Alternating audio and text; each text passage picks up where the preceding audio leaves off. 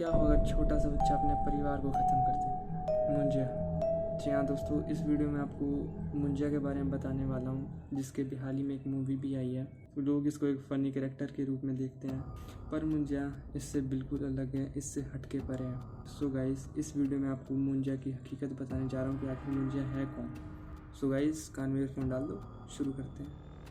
So guys, ये बात है 1960 की, महाराष्ट्र के एक छोटे से गांव नंदूरी का, जहाँ पे एक ब्राह्मण समाज रहता था जो कि हिंदू रीति रिवाजों को बहुत ही अच्छे से फॉलो करता था।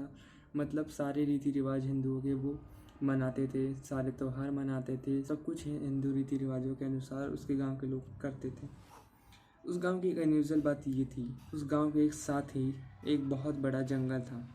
और सबसे अजीब बात तो ये है गाइस, उस जंगल में सिर्फ पीपल के पेड़ थे। गाँव वालों को मान्यता ये थी कि वहाँ पे एक ऋषि आए थे, जिन्होंने रातों रात वहाँ पे पीपल के पेड़ उगा दिए और वहाँ पे तपस्या करने लग गए। और उन्होंने अपने तपस्या के बल से जितनी भी बुरी शक्तियाँ थीं, जितने भी भूत प्रेत थे, उन सबको उन्हीं पेड़ों में कैद कर दिया।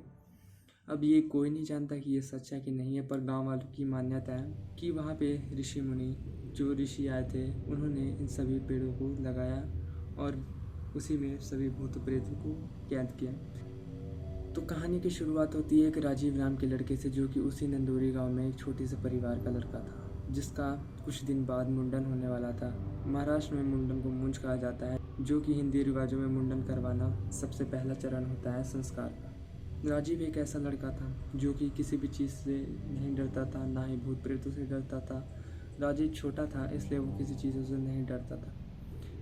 वहाँ की सबसे अजीब बात यह थी कि जो जंगल था जिसमें सिर्फ पीपल के पेड़ थे, हर रात उससे अजीब अजीब डरावनी आवाज़ें आती थी। गांव के लोग वहाँ पे रात को तो दूर, दिन को भी जाने से डरते थे। और वहाँ पे जंगल के सटे हुए जो घर थे, वो लोग निगरानी रखते थे कि उस जंगल में कोई न जाए। अगर उस जंगल में कोई भी चला गया तो वो बच के वापस नहीं आएगा। बच्चों को तो सख्त मनाही थी कि उस जंगल में कोई भी बच्चा गलती से भी ना जाए। और यही बात राजीव के मन में थी, लोग क्यों मना करते हैं उसको जंगल में जाने से, आखिर क्या है जंगल में। राजीव का मुंडन कुछ दिन बाद होने वाला था, जैसा कि मैंने आपको कहा।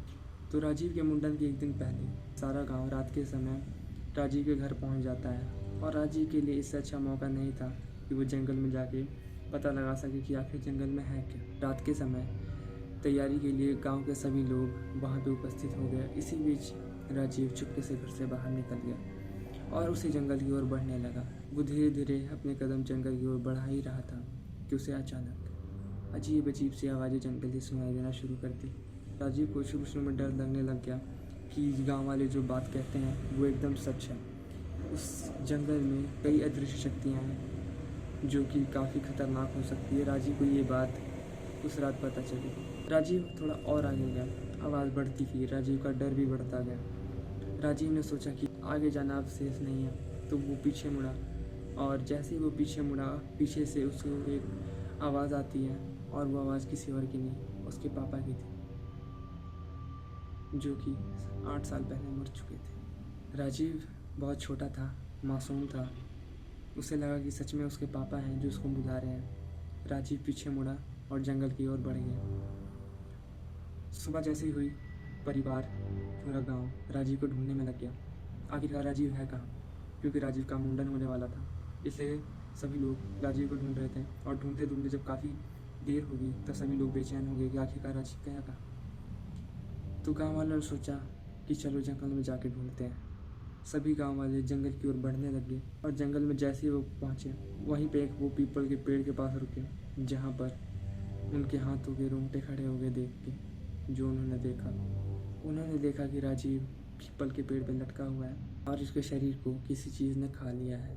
गाँव वालों ने सोचा कि ये नॉर्मल सा हादसा है, किसी जानवर ने शायद राजीव को खा लिया है, पर ऐसा बिल्कुल नहीं था। ये एक ऐसा तूफान था जिसकी शुरुआत हो चुकी थी।